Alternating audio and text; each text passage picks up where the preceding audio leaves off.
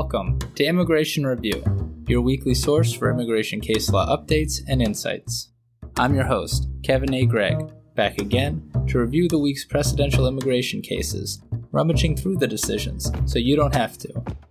This podcast is sponsored by Kurzban, Tetzeli, and Pratt, also known as KKTP, a law firm where I'm also a partner. Whether you are facing an immigration obstacle, a serious injury, or a legal issue in your business, KKTP will aggressively protect your best interests. This podcast is also sponsored by DocketWise, an all-in-one immigration forms and case management solution trusted by thousands of immigration lawyers across the U.S. I really like DocketWise. It makes immigration applications easy by allowing the clients to provide information through simple online questionnaires that are shareable by text or email and available in multiple languages. Not only that, DocketWise provides a comprehensive group of case management features, including invoicing and calendaring, secure messaging, task management, and a lot more. You can learn all about DocketWise and receive a 10% discount on your subscription by heading to docketwise.com/immigration-review, so they know we sent you. And as always, this show does not constitute legal advice and has no bias other than to keep you up to date and to enable you, my dear colleagues, to excel in court. So, without further ado, let's start the review.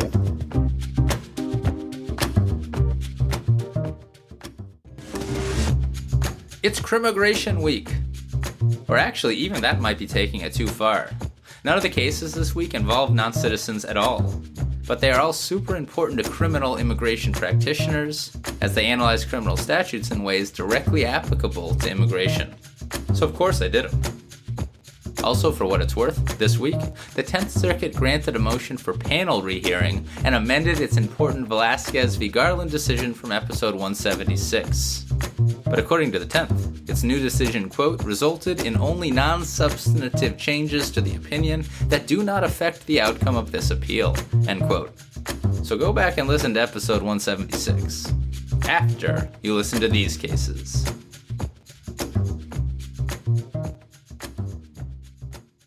First up, United States v. Trice, published by the 8th Circuit on December 12th, 2023. This is a short case that has nothing to do with immigration, at least not directly. Mr. Trice was on supervised release for having committed some federal crime, but it was then revoked when, as relevantly, a district court concluded that he committed a, quote, child endangerment, end quote, offense while on supervised release. The offense, reasoned the district court, was a violation of Iowa Code section 726.61a. Under that statute, a parent or person with custody or control of a child commits child endangerment when he, quote, knowingly acts in a manner that creates a substantial risk to a child or minor's physical, mental, or emotional health or safety, end quote. It appears that Mr. Trice assaulted the mother of his minor child in front of his children. To me, this case is immigration relevant for a few reasons. One, it's a holding that can be used to argue what is required of the federal generic definition of child endangerment. Although that might be a bit of a stretch, as this is all taking place in the very specific context of revoking supervised release, and in any event, that argument probably isn't non-citizen friendly.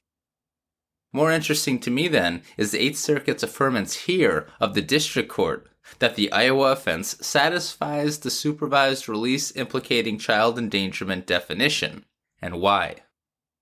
Because, of course, child endangerment type crimes will make a non-citizen removable under INA section 237A2EI. The BIA's precedent on that issue smushes together child abuse, child abandonment, and child neglect all together, which are the technical terms used at the INA, and doesn't necessarily require that a state statute require physical harm to qualify, that is, to make a non-citizen removable. But does that immigration definition include the conduct described as sufficient by the 8th Circuit here? It's an interesting question, as the 8th Circuit is explaining here that the Iowa crime doesn't require overly culpable conduct, at least from the child's perspective. For example, quote, child endangerment is a general intent crime in Iowa, end quote. In Iowa, as with all states likely, quote, general intent is present when from the circumstances the prohibited result may reasonably be expected to follow from the offender's voluntary act, irrespective of any subjective desire to have accomplished such result, end quote. Rephrased, no specific child endangerment intent is required to convict in Iowa, or really any child endangerment type crime that only requires a general intent mens rea. Nor need the child be the target of what's happening in any way, shape, or form. That's what's most interesting to me, to be honest. Quote, it is reasonable to conclude there is a real or articulable risk or a very real possibility of danger to a child's mental, physical, or emotional health or safety from witnessing the child's mother assaulted, end quote. Here, Mr. Trice's crime, of course, met that Iowa definition, and the Eighth Circuit concluded that yes, it met the supervised release endangerment definition as well, because he was aware that the children were present when he assaulted their mother. That's all that's required in Iowa under this statute. Does that meet the definition of child abuse, abandonment, or neglect? I really don't know. If you ever get this Iowa statute in your case, cite to this precedent also for a realistic probability argument. That is, that the statute reaches conduct in practice that doesn't meet the immigration definition. After all, the only thing that the children witnessed were Mr. Trice and his partner getting, quote, into a heated argument, end quote, after which Mr. Trice, quote, lifted her bed and dropped it to the ground while she was in it, end quote. The kids were definitely frightened, but that's all they saw. Not only that, in Iowa, it is, quote, immaterial, end quote, whether the defendant, here Mr. Trice, has custody or control of the children. As with so much on the pod, I certainly don't condone Mr. Trice's actions, but as described by the Eighth Circuit, there certainly seems to be arguments that the least culpable conduct criminalized by Iowa Code Section 726.61a might not match INA Section 237A2EI. And that's why clients hire us, right? And that is United States v. Trice.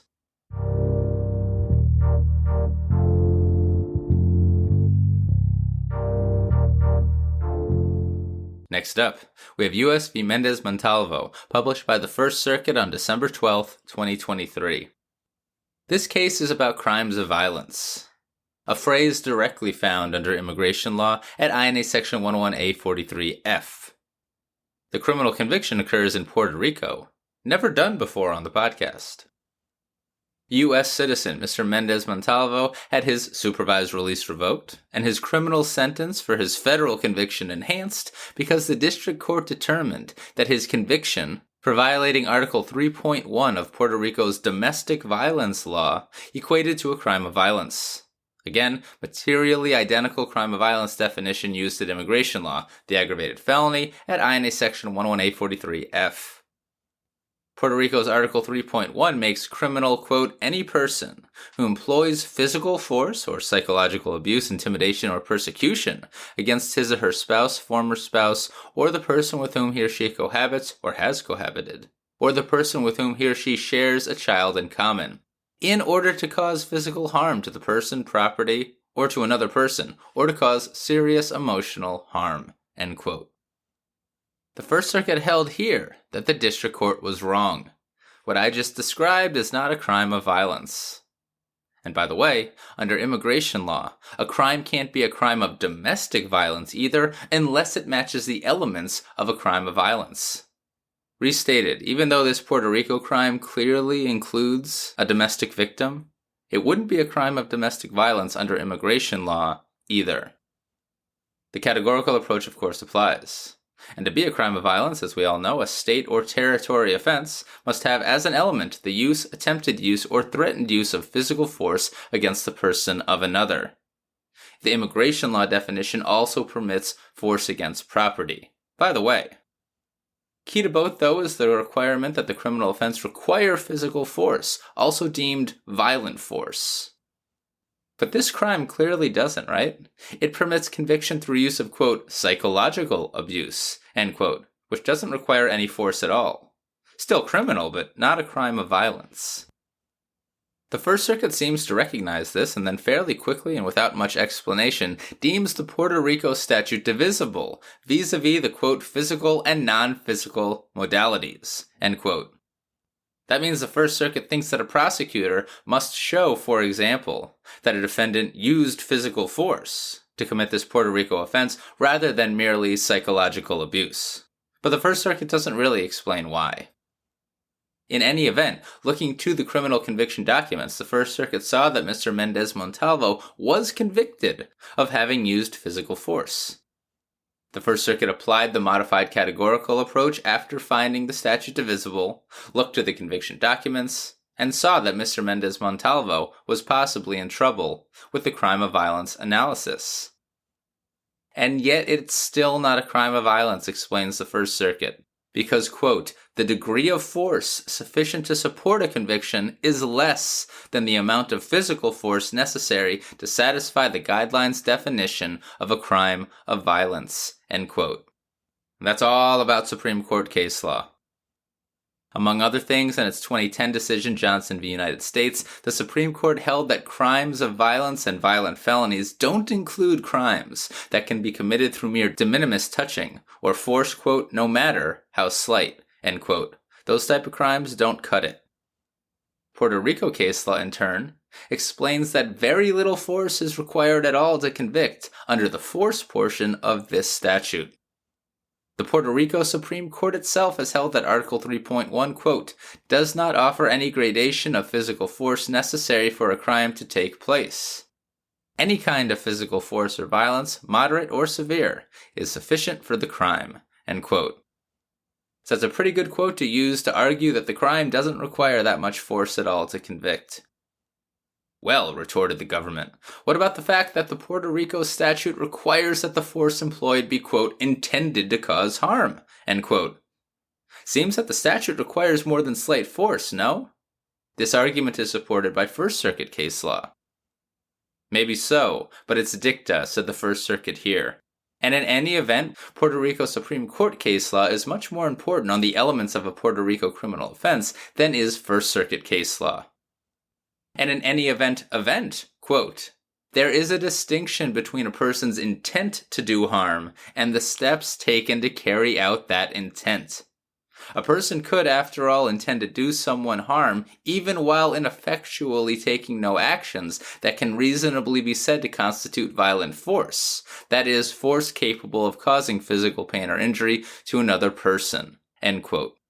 Well said. And to restate what the First Circuit just well said, it doesn't matter so much what the defendant intended to do. The crime of violence definition requires a showing that they actually used violent force. Quote, adopting the government's proposed intent standard comes dangerously close to imposing liability based on a person's mindset alone, end quote. Just say Minority Report, First Circuit. That's all you had to say. We get it. It is indeed the case that the Supreme Court's recent precedent in Stokeling, discussed last week, holds that the violent force definition, quote, does not require any particular degree of likelihood or probability that the force used will cause physical pain or injury, only potentiality, end quote. Fair enough, said the First Circuit, but a statute that only requires de minimis or slight force still won't cut it. It's not about the potentiality, explained the first. It's about the force actually required, and this Puerto Rico statute requires almost none at all to convict, even under the force prong of the statute. So it's not a crime of violence, concluded the first. The district court erred here, by the way, by looking at the facts of what Mr. Menendez-Montalvo actually did, which was violent. But that's not how the categorical approach works, whether we're in federal district court or in immigration court. And so it was sent back for resentencing. And that is U.S. v. Menendez-Montalvo.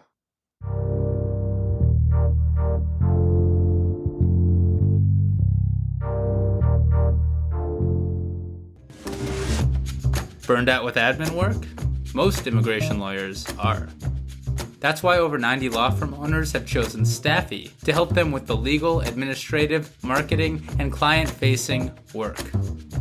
Staffy's goal is to help immigration lawyers live a more balanced life while seeing their law firms grow and scale.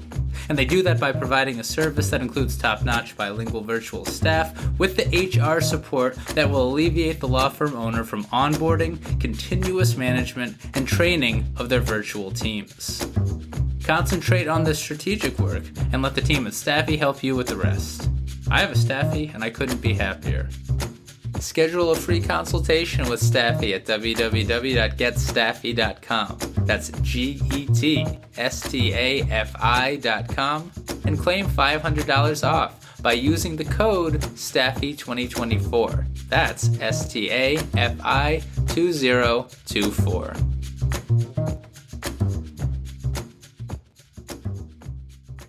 We conclude with U.S. v. Amos, published by the Third Circuit on December 14th, 2023. Remember I said that it's the week of sentence enhancement categorical approach stuff that doesn't involve non-citizens. This final case is also about crimes of violence, also in the sentence enhancement context. As so often happens, Mr. Amos had his federal firearm-based conviction enhanced, based on a finding that his previous state conviction was a crime of violence. The prior crime? A 2008 conviction for second-degree aggravated assault in Pennsylvania in violation of 18 Pennsylvania Statute Section 2702, A3 through 7. That is A3, A4, A5, A6, and A7. The federal district court enhanced the sentence based on a finding that this was indeed a crime of violence. The district court judge also refused to suppress evidence of the federal crime. The federal judge didn't see an unlawful stop by police of Mr. Amos or some other Fourth Amendment violation. On appeal, the Third Circuit affirmed that latter holding, no Fourth Amendment violation and so no evidentiary suppression. Not too relevant to immigration anyway, so we're going to skip it and the many pages of analysis, but to regularly make such arguments in immigration court like our federal public defender brethren. The Third Circuit did, however, send it back for resentencing. 18 Pennsylvania Statute 2702, A3 through 7, is not a crime of violence, it turns out. It does not require violent physical force in all cases. So it does not always require as an element the use of physical force as the crime of violence definition requires. As we just discussed, Supreme Court tells us that, quote, physical force means violent force. That is, force capable of causing physical pain or injury to another person, end quote. And in the Third Circuit, that means force, quote, capable of causing that person physical pain or injury, end quote. There are lots of subsections at issue in this case, 5 to be specific, and I'm not going to wild bore you by reading all of them.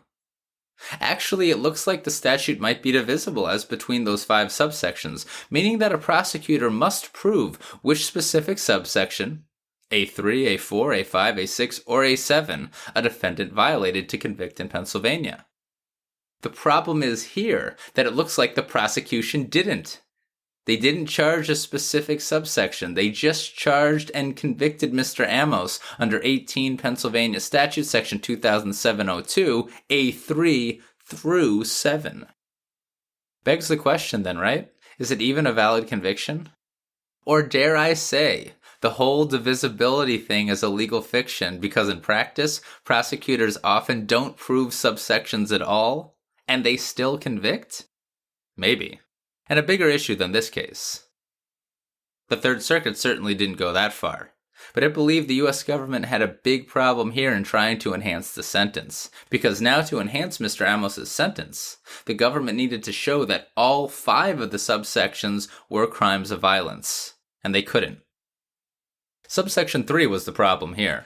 It permits conviction where the defendant, quote, attempts to cause or intentionally or knowingly causes bodily injury to any of the officers, agents, employees, or other persons enumerated in subsection C in the performance of duty, end quote.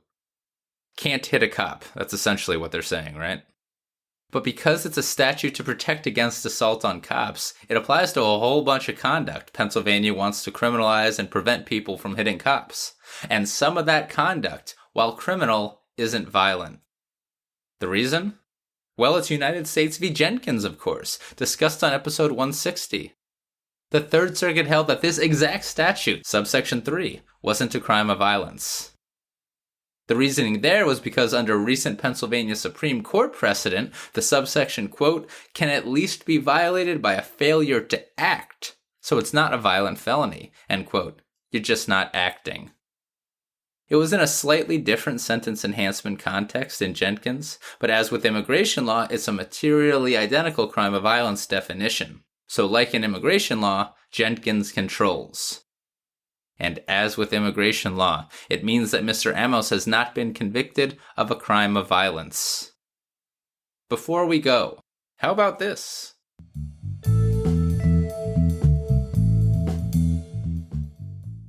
Feel overwhelmed and frightened by the fact that crimmigration changes so much now and you might not have made the argument below? Me too. And try not to. I mean, try to make all the arguments you can. But here, like a case last week if I recall, not only did Mr. Amos's trial counsel not make the subsection 3 argument before the federal district court that just won the day, but counsel expressly confined their argument to subsection 6. Didn't matter to the Third Circuit. At least when new, almost directly on-point precedent like Jenkins came along with a dispositive argument later. Cite to cases like this when you yourself are, unfortunately, making an excellent but new crimmigration argument for the first time on appeal. And that is U.S. v. Amos.